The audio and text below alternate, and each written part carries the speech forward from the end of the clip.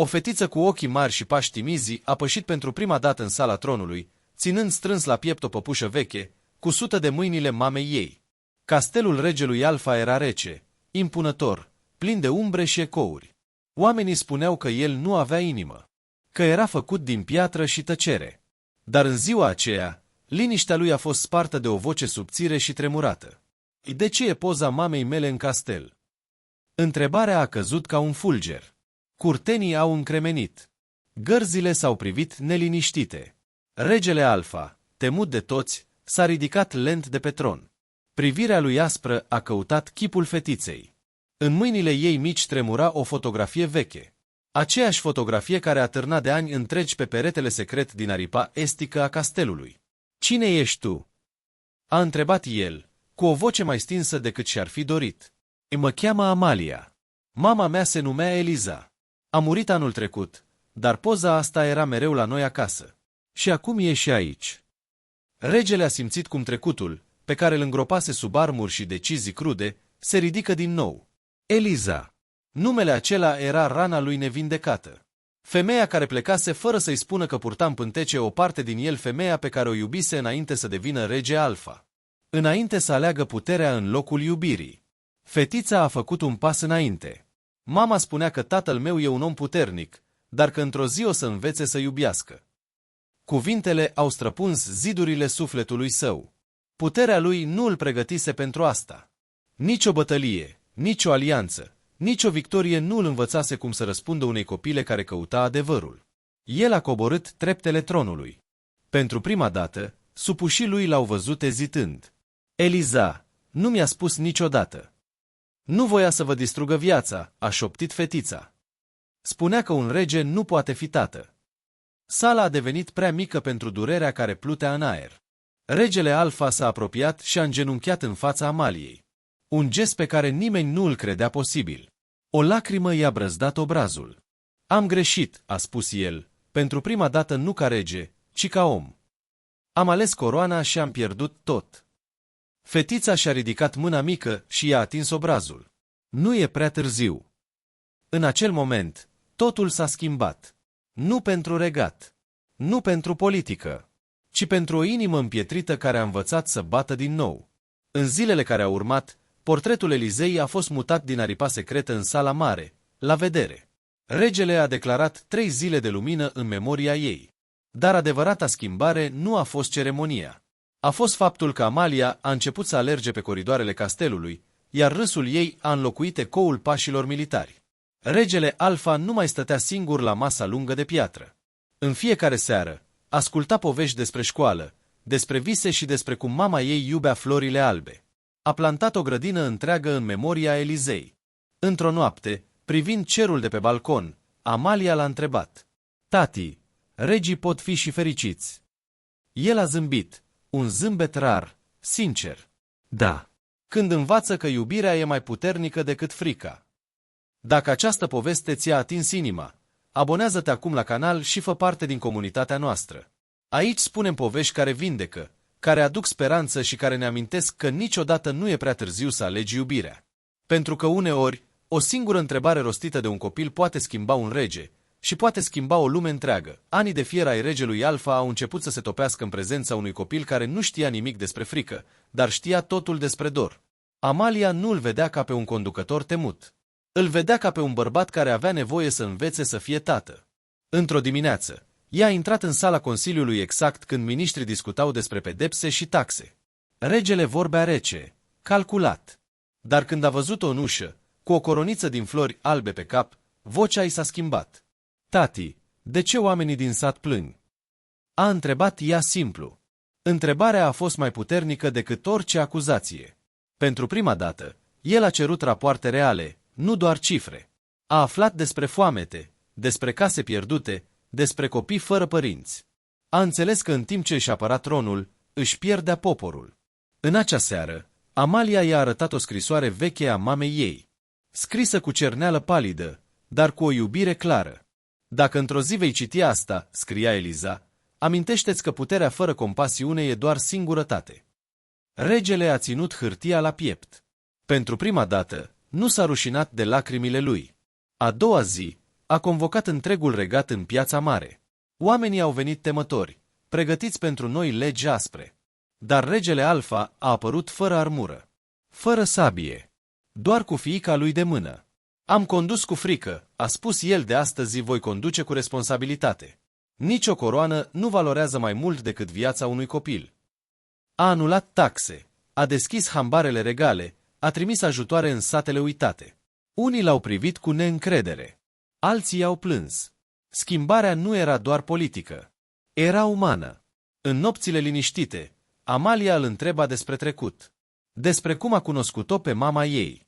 Iar el, cu voce joasă, povestea despre o fată care râdea fără teamă și care l-a făcut să creadă că poate fi mai mult decât un lider. De ce nu ai luptat pentru ea? L-a întrebat într-o seară. El a privit flăcările din șemineu. Pentru că eram prea ocupat să lupt pentru putere. Amalia l-a îmbrățișat. Atunci luptă pentru mine. Și a făcut-o. A început să viziteze școli, să asculte mame, să stea de vorbă cu bătrânii. Nu mai era doar regele Alfa. Era tatăl Amaliei. Iar acest titlu îl purta cu mai multă mândrie decât coroana. Dar schimbarea adevărată a venit într-o zi când un consilier vechi l-a avertizat. Măria ta, oamenii profită de bunătate. Regele a zâmbit calm. Nu. Oamenii răspund la ea. În timp, regatul s-a vindecat. Nu peste noapte. Nu fără greutăți. Dar cu fiecare decizie, cu fiecare act de compasiune, umbra vechiului rege dispărea. Într-o seară, privind din nou cerul de pe balcon, Amalia a șoptit. Mama ar fi mândră. El a închis ochii și, pentru prima dată după ani de regrete, a simțit pace. Pentru că un copil a avut curajul să pună o întrebare. Iar un rege a avut curajul să asculte. Dacă vrei să asculți mai multe povești care ating sufletul și ne amintesc că schimbarea începe din inimă, abonează-te acum la canal. Fiecare abonare ne ajută să ducem mai departe mesaje de iubire, vindecare și speranță. Pentru că uneori, nu sabia schimbă lumea, ci o fetiță cu o întrebare și un tată care a ales, în sfârșit, să iubească. Timpul a trecut, dar povestea lor abia începea.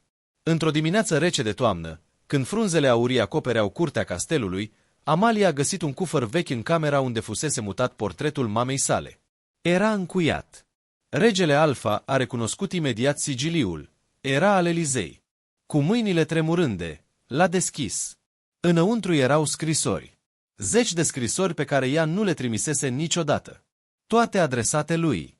Nu ți-am spus despre copil pentru că voiam ca ea să te aleagă din iubire, nu din obligație. Sper că într-o zi vei înțelege că inima ta e mai mare decât tronul. Dacă o vei întâlni, te rog să nu o privești ca pe o greșeală. E cel mai frumos lucru pe care l-am făcut vreodată. Regele nu a mai putut rămâne drept. S-a așezat pe podea, ținând scrisorile la piept. Ani de tăcere, ani de mândrie, ani de singurătate, toate se prăbușeau. Amalia s-a așezat lângă el. Tati, mama te-a iubit mult. El a dat din cap.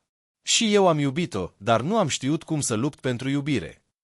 În acea zi, a luat o decizie care avea să schimbe nu doar prezentul, ci și viitorul regatului. A anunțat că, atunci când va veni vremea, coroana nu va mai fi moștenită prin forță sau tradiție oarbă, ci prin caracter, prin empatie, prin dovada că cel care conduce știe să asculte. Unii nobili s-au revoltat. Au șoptit că regele Alfa a slăbit, că o fetiță i-a înmuiat inima. Dar poporul a văzut altceva. A văzut un conducător care își ținea copilul de mână în piață. A văzut hambare deschise iarna. A văzut școli reconstruite. A văzut un om care cerea iertare atunci când greșea. Într-o seară, un bătrân din sat a îngenunchiat în fața lui. Nu pentru că ne e frică, măria ta, a spus el, ci pentru că vă respectăm.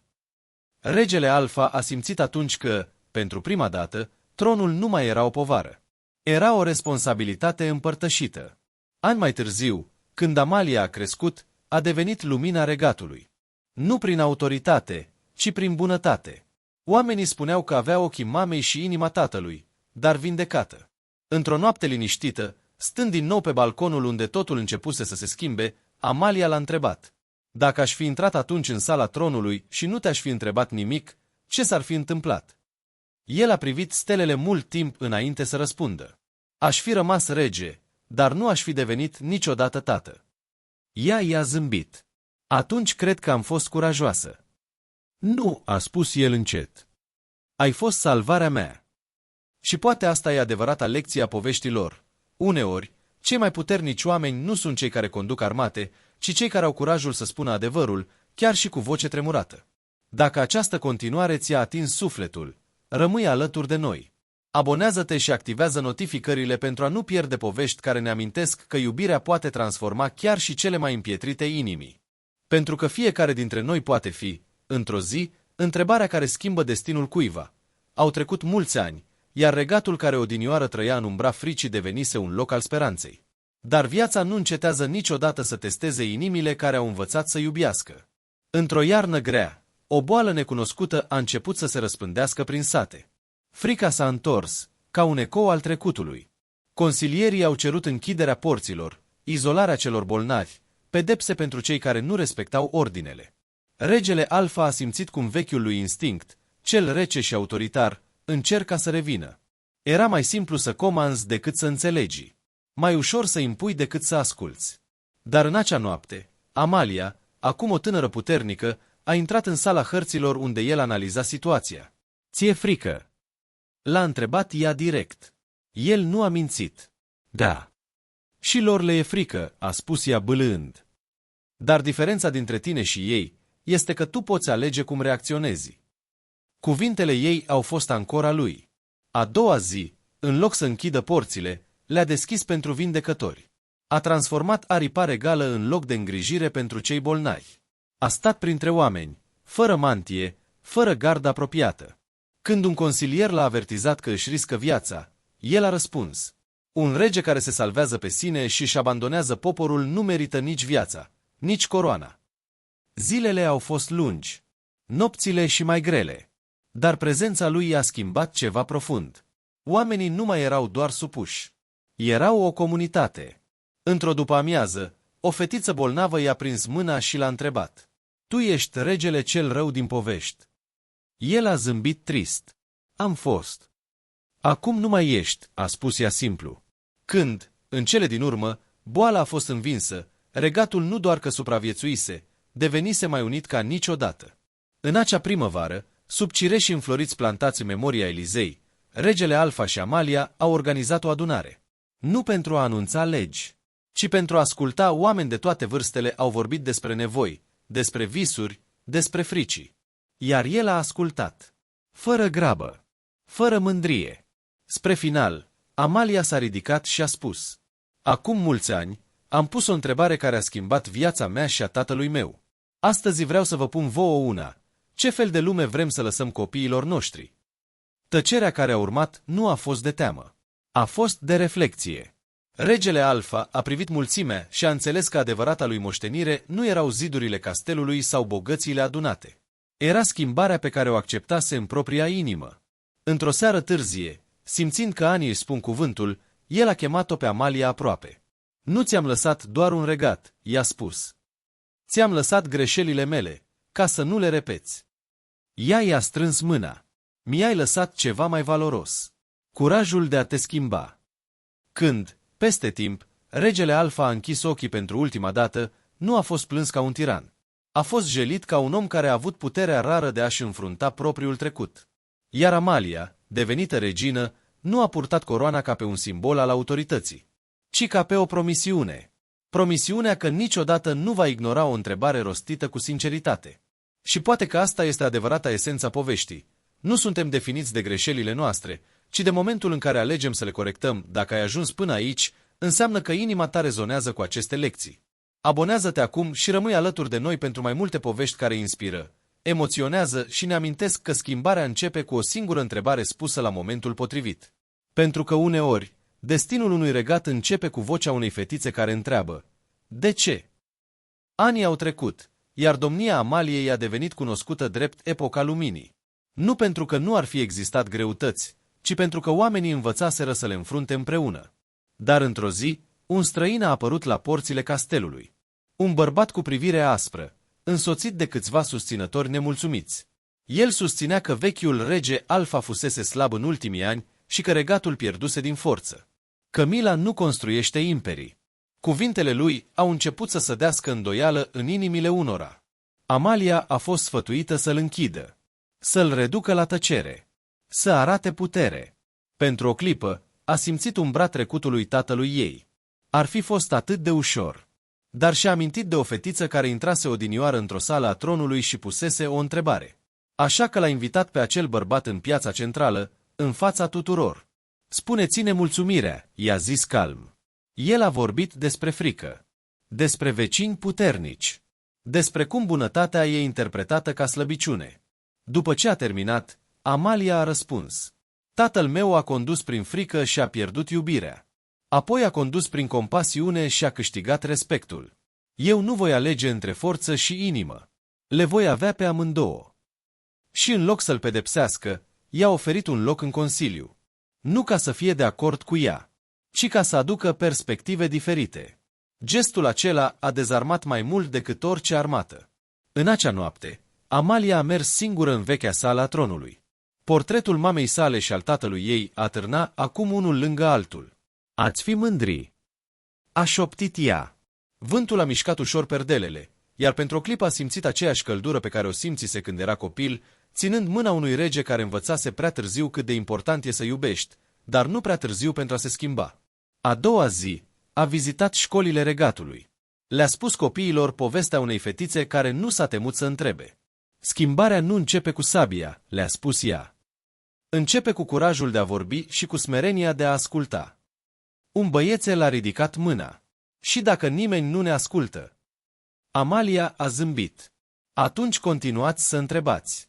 Pentru că uneori durează ani până când o inimă e pregătită să audă. Povestea regelui Alfa nu a fost ștearsă din istorie. A fost spusă așa cum a fost, cu greșeli, cu mândrie, cu regrete și cu răscumpărare. Pentru că adevărata putere nu stă în a părea perfect, ci în a recunoaște că ai fost imperfect și ai ales să crești. Iar dacă astăzi te simți mic, neauzit sau fără putere, amintește-ți de acea fetiță care a intrat într-un castel rece și a rostit o întrebare simplă. Uneori, nu trebuie să fii rege ca să schimbi o lume. Trebuie doar să ai curajul să întrebi și inima deschisă să accepti răspunsul. Dacă această poveste ți-a atins sufletul, abonează-te acum la canal și rămâi alături de noi. Pentru că fiecare poveste pe care o spunem e o invitație la reflexie, la vindecare și la transformare. Poate că următoarea întrebare care va schimba totul va veni chiar de la tine într-o vară liniștită, când grădinile castelului erau pline de flori albe, aceleași flori pe care Eliza le iubise. Amalia a primit o scrisoare fără semnătură. Adevărul nu este complet. Cuvintele au tulburat-o.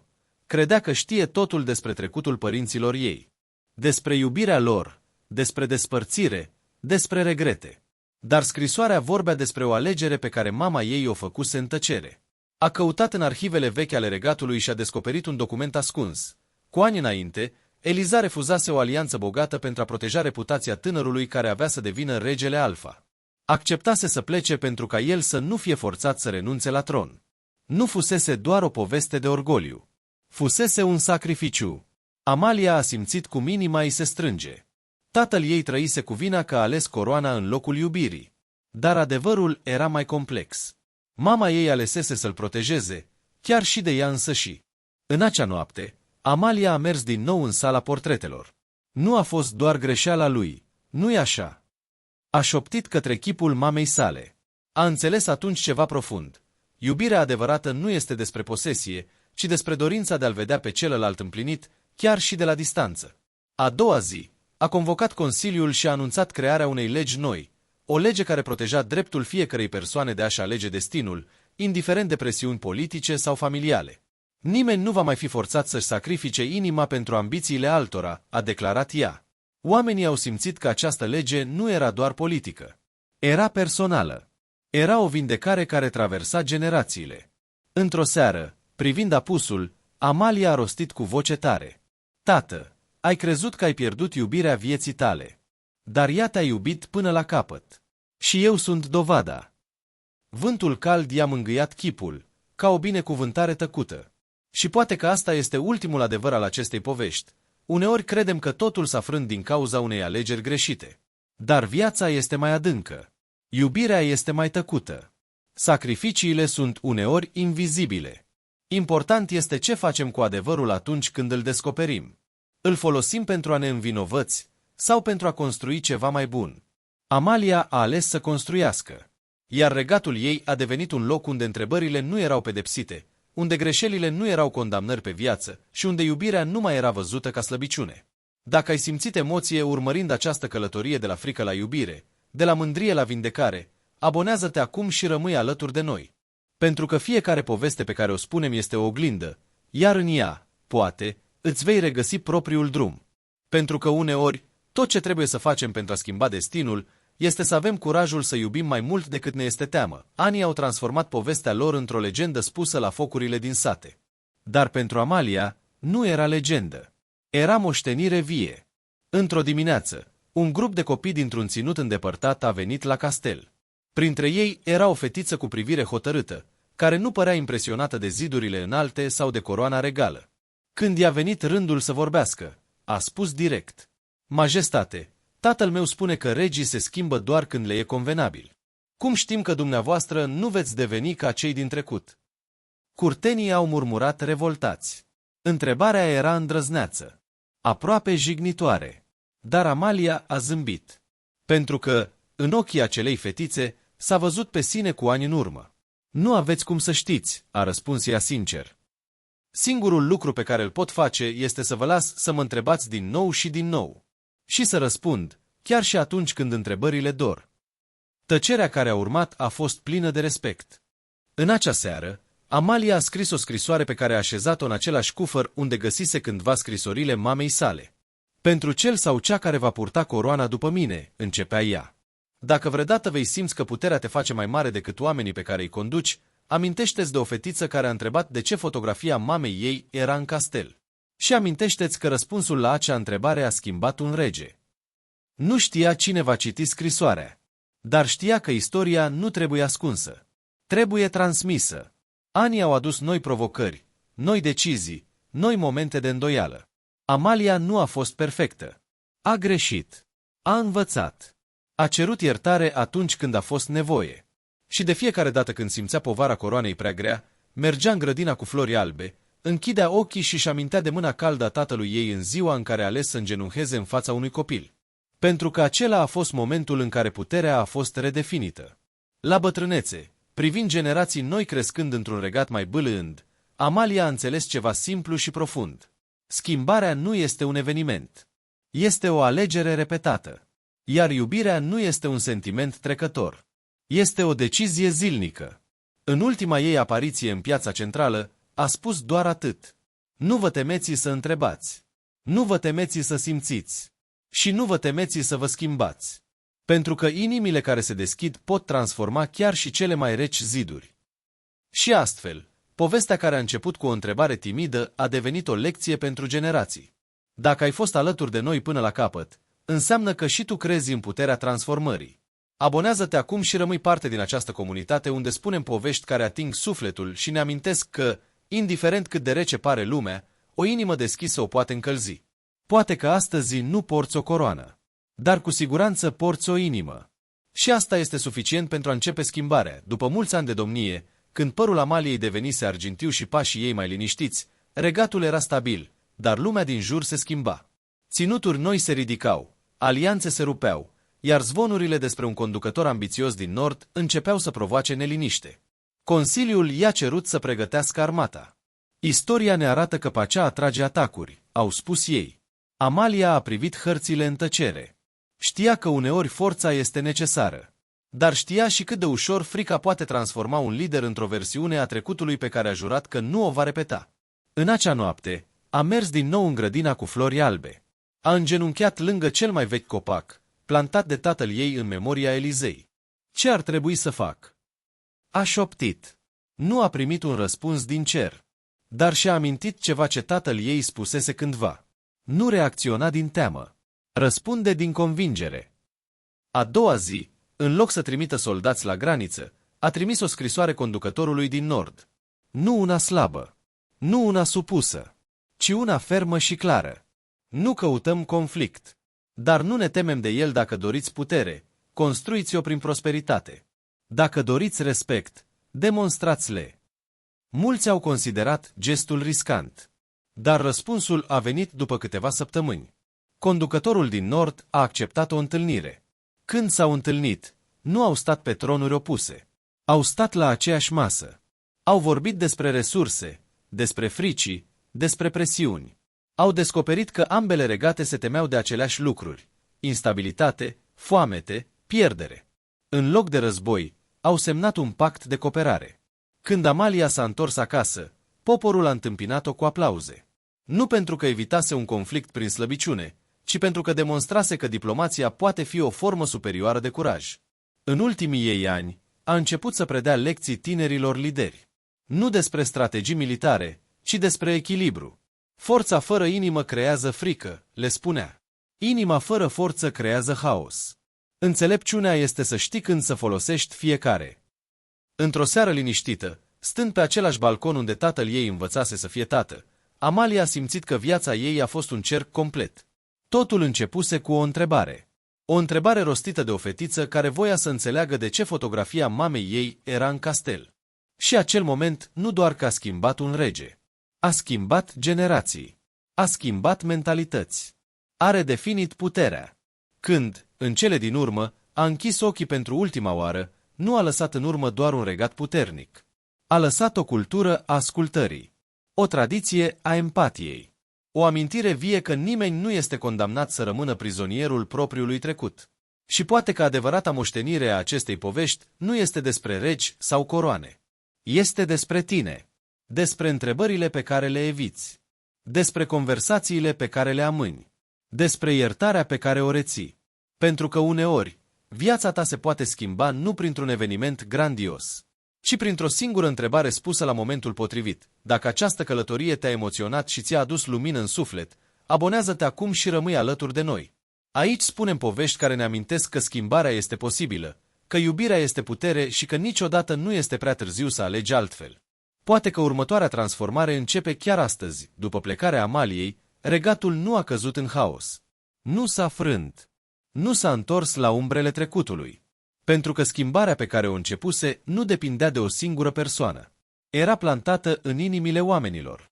Noua generație a crescut auzind povestea regelui Alfa și a fetiței care l-a întrebat de ce fotografia mamei ei era în castel. Dar, cu timpul, legenda a început să fie spusă diferit. Unii o romantizau, alții o simplificau. Până când, într-o zi, un tânăr ucenic din școală a ridicat mâna și a spus: "Nu cred că a fost vorba doar despre iubire. Cred că a fost vorba despre responsabilitate." Profesorul a zâmbit. Pentru că tocmai asta era esența. Iubirea fără responsabilitate este vis. Responsabilitatea fără iubire este povară. Împreună, devin transformare.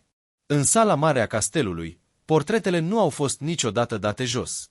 Regele Alfa era pictat nu ca un războinic, ci în genunchi, privind o fetiță. Iar Amalia era reprezentată nu cu sabia ridicată, ci cu mâna întinsă către popor. În fiecare an, în ziua care marca prima întrebare rostită de Amalia, regatul celebra Ziua Ascultării. Nu cu parade grandioase, ci cu adunări în care oamenii puteau vorbi liber. Liderii erau obligați să asculte fără să întrerupă. Tradiția a devenit mai puternică decât orice zid.